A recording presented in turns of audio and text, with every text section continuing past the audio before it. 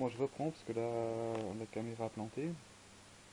Donc je disais que ce contrôleur, donc ce thermocouple, alimentait ce boîtier, donc en 220 volts.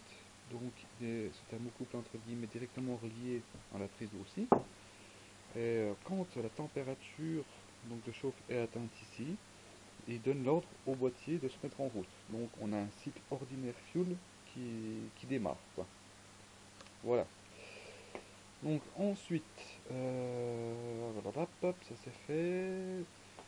Bah, au niveau de l'allumage, finalement, pas grand chose a été changé. Sur ce modèle de brûleur là, par contre, on a le déflecteur de flamme ici, le turbulateur déflecteur, qui avait une patte supplémentaire ici que j'ai coupée parce que ça gênait au niveau de l'alimentation en huile.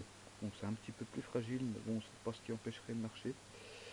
Donc bon, sinon au niveau de l'alimentation en huile, le tube de coulée là, j'ai monté ça avec deux boulons qui sont soudés, qui font un peu guide.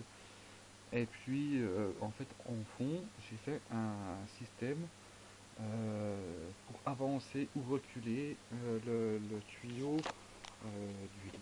Donc c'est cette molette qui a été rajoutée ici. Voilà, ce que je ferai une photo pour faire voir le système. Donc ça on tourne avec une clé, on avance ou on recule.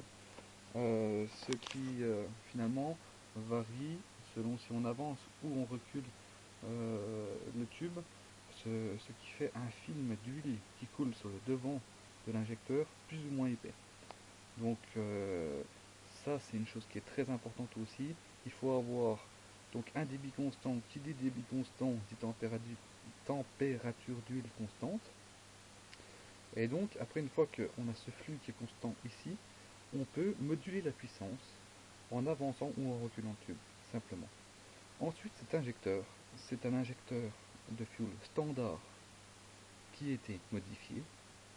Donc démonté, tac tac tac tac.